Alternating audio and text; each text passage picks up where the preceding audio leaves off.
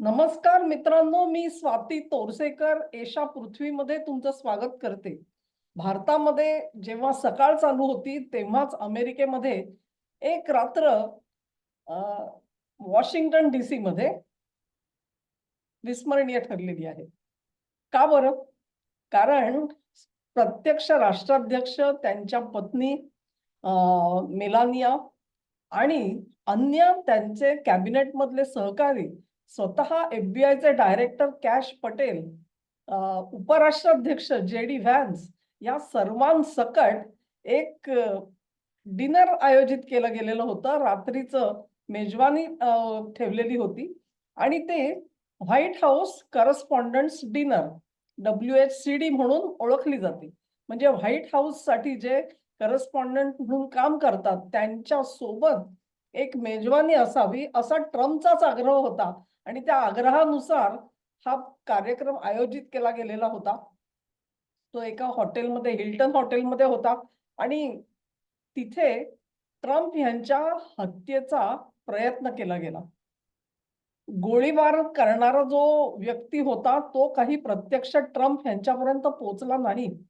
परंतु त्यांनी त्या समारंभाच्या जागी घुसण्याचा प्रयत्न केला. त्याच्या हातामध्ये बंदूक होती.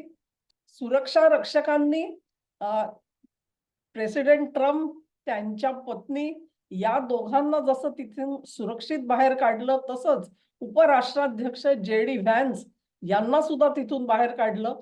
दोघांनाही कव्हर करण्यासाठी खास एजंट तिकडे धावून आलेले तत्क्षणी दिसले आपल्याला आणि एक प्रकारे राष्ट्राध्यक्षांची सुरक्षा कशी हाताळली जाते ह्याचं एक प्रात्यक्षिक आपण आज व्हिडिओमध्ये बघितलेलं असेल. आता हा सगळा जो प्रकार झाला, ती व्यक्ती ही कॅलिफोर्नियातून आलेली होती. एक शिक्षक म्हणून काम करत होता. अ, विद्यार्थी दशा आणि त्याच्यानंतर एका छोट्या नोकरीनंतर शिक्षकाची नोकरी पत्करलेली होती आणि पार कॅलिफोर्नियापासून या समारंभाचा अंदाज घेत कदाचित त्यांना अगोदर कल्पना असेल, की राष्ट्राध्यक्ष इथे असणारच. तेव्हा त्याच हॉटेलमध्ये त्यांनी रूम बुक केलेली होती आणि आता असं लक्षात येतंय म्हणजे ताब्यात तर घेतलं आहे त्याला, पण त्याच्याकडे बरीच हत्यारं होती. ही सगळी बरीच हत्यारं घेऊन एक माणूस हॉटेलच्या खोलीमध्ये जातो, तिथे राहतो. असं म्हणतात, की तो सगळा जो कार्यक्रमाचा व्हेन्यू होता, तिथे ह्यांनी खरं पोहोचायची म्हणजे खरं म्हणजे शक्यता कमी होती, परंतु तो तिथपर्यंत पोहोचला. कारण तशा प्रकारची सुरक्षा कदाचित उपलब्ध नसेल. म्हणजे हॉटेलमध्ये राहणाऱ्या ज्या व्यक्ती आहेत, त्यांच्यासाठी जेवढी रिलॅक्स सुरक्षा असते, तशीच ती तिथे असावी असं दिसतंय. म्हणजे जरी हॉटेलमध्ये कार्यक्रम असला तरी देखील कोणी आत तिथपर्यंत येऊ नये ह्याची तर काळजी घ्यायला हवी होती. जरी हॉटेलमध्ये राहणारा एखादा तिकडचा गेस्ट असला तरी देखील तो प्रत्यक्ष समारंभाच्या आतपर्यंत कसा पोहोचला?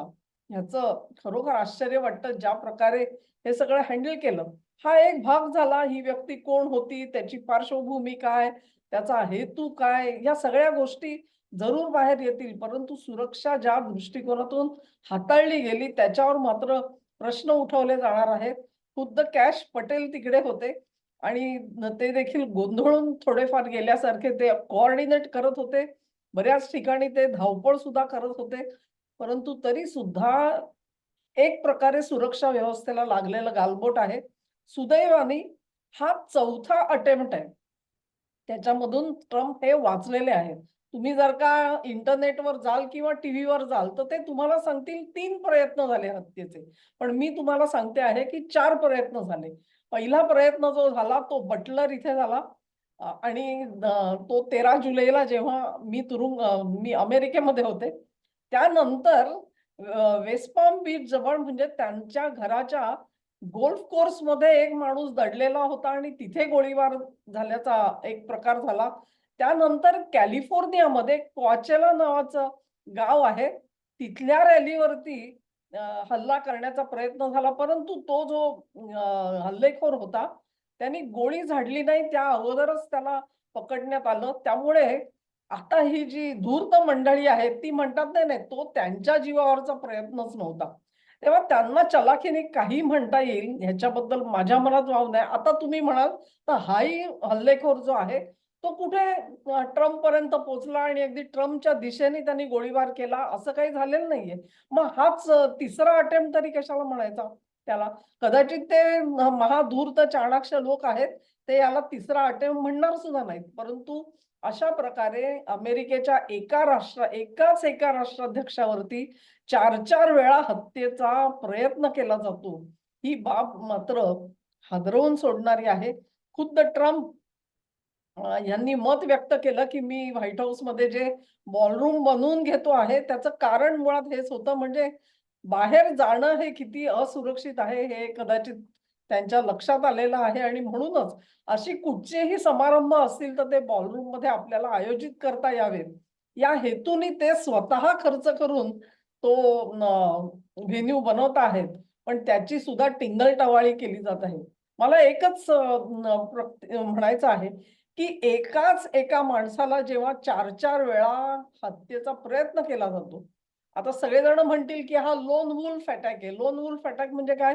एकुलता एक हल्लेखोर त्यांनी ठरवलं मला हल्ला करायचा आहे. तो सुटला, त्यांनी सगळे आयोजन केलं आणि त्याचा प्रयत्न अंतिमतः फसला कारण ट्रम्प जिवंत आहेत अजून. अशा पद्धतीचं वर्णन जरी कोणी केलं तरी त्याच्या मागे काही सुसूत्रता आहे का? 4-4 ज्यावेळेला अटेम्प्ट्स होतात तेव्हा नक्कीच काहीतरी गडबड आहे.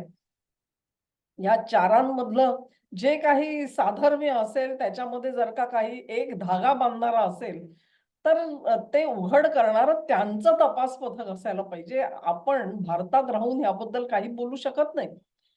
पण एक गोष्ट मात्र निश्चित, की ट्रम्प यांची धोरणं कुठे ना कुठेतरी, कोणाला ना कोणाला तरी इतकी खुपत आहेत, की अखेर ह्या माणसाला मारून टाकल्याशिवाय ह्या धोरणं आपला पिच्छा सोडणार नाहीत. अन्यथा आपला बळी जाईल इतक्या तीव्र भावना उचंबळून येताना दिसतायत. हे हल्लेखोर कोण आहेत? त्यांचं स्फूर्तिस्थान काय आहे? ह्याच्याबद्दल काहीही माहिती आज उपलब्ध नाहीये. ती किती आणि कधी किती वर्षांनी बाहेर येईल मला माहिती नाही. पण ज्या अमेरिकेमध्ये बिल्डरबर्गची मीटिंग ही सुखरूप निर्वेदपणे पार पडते. बिल्डरबर्गची मीटिंग म्हणजे काय? तर कृपया Googleवरती सर्च करा. तुम्हाला त्याची माहिती मिळेल, की तिथे कोण-कोण येत असतो, कोण नामवंत पाहुणे येतात. यावेळेला असं म्हणतात, की 2-3 आठवड्यापूर्वीच ही बैठक खुद्द वॉशिंग्टन डीसी मध्येच झाली आणि त्याच्यासाठी फार नामवंत मंडळी ही अन्य देशांमधून सुद्धा आलेली होती. या बैठकीच्या वेळेला जेव्हा ही बैठक होते, तेव्हा संपूर्ण हॉटेलची छाननी केली जाते. तिथे कॉन्फरन्समध्ये येणाऱ्या व्यक्ती सोडून अन्य कोणालाही राहता येत नाही. कोणालाही राहता येत नाही. एवढी काळजी जर का बिल्डरवर्कसाठी घेतली जाऊ शकते, ह्याचा अर्थ बिल्डरबर्ग हा जास्त महत्वाचा आहे का ती कमिटी? त्यांच्यासाठी जी सुरक्षा उपलब्ध केली आहे, ती त्यांनी स्वतः सुद्धा केली असेल. मी असं म्हणत नाही, की अमेरिकन सरकारने केली. पण मग तशी सुरक्षा तुम्हाला तुमच्या राष्ट्राध्यक्षासाठी करता येत नाही. हा ठळक फरक आहे मित्रांनो. तेव्हा तुम्हाला कळेल, की ट्रम्प हे कोणाशी सामना देत आहेत. मी आत्तापर्यंत ट्रम्प यांच्यावरती जी टीका केली, ती त्यांच्या भारताविषयक असलेल्या धोरणावरती टीका केलेली आहे. परंतु त्यांनी ज्या अनेक स्तुत्य गोष्टी केल्या त्याच्याबद्दल मी त्यांच्या सोबत उभी राहिलेली आहे. हे तुम्हाला कायम आठवेल आणि हातामध्ये त्यांनी घेतलेलं जे काम आहे, इराण युद्धाच्या निमित्ताने सुद्धा मी कुठल्या साम्राज्याला त्यांनी सूड लावण्याचा प्रयत्न केलेला आहे, हे तुम्हाला विशद करून सांगण्याचा प्रयत्न केलेला आहे.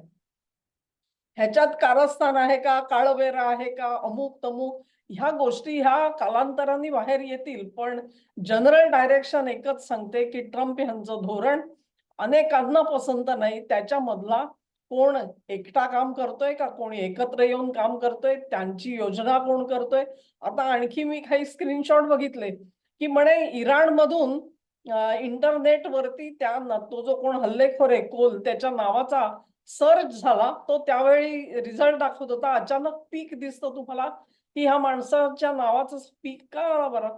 आणि आता मात्र त्याचा सर्च इराणमध्ये दिसत नाही. हेच स्क्रीनशॉट मला इस्रायलच्या नावाने सुद्धा दिसले. आता मला तुम्ही सांगा, की इराणमध्ये जर का इंटरनेटच अवेलेबल नाही, तर या नावाचा सर्च हा इराणमधून केला गेला. ही शक्कल कोणी लढवली मला माहिती नाही. इस्रायलबद्दल मला कल्पना आहे, कारण इस्रायलमध्ये काही इंटरनेट बंद केलं गेलेलं आहे अशातला भाग नाही. पण हे असे जे स्क्रीनशॉट टाकणारे लोक आहेत, ते महान असतात असं माझा समज आहे. अशांच्याकडे मी लक्ष देत नाही, परंतु तरी सुद्धा there is something wrong and there is some root cause behind all this आणि त्याचा छडा हा अमेरिकेने स्वतः लावायचा आहे. व्हिडिओ तुम्हाला आवडला असेल अशी आशा करते. तुम्हाला आवडला असेल, तर ही लिंक शेअर करा, व्हिडिओला लाईक करा, चॅनेलला सबस्क्राईब करा आणि सहकार्य असंच चालू ठेवा. नमस्कार.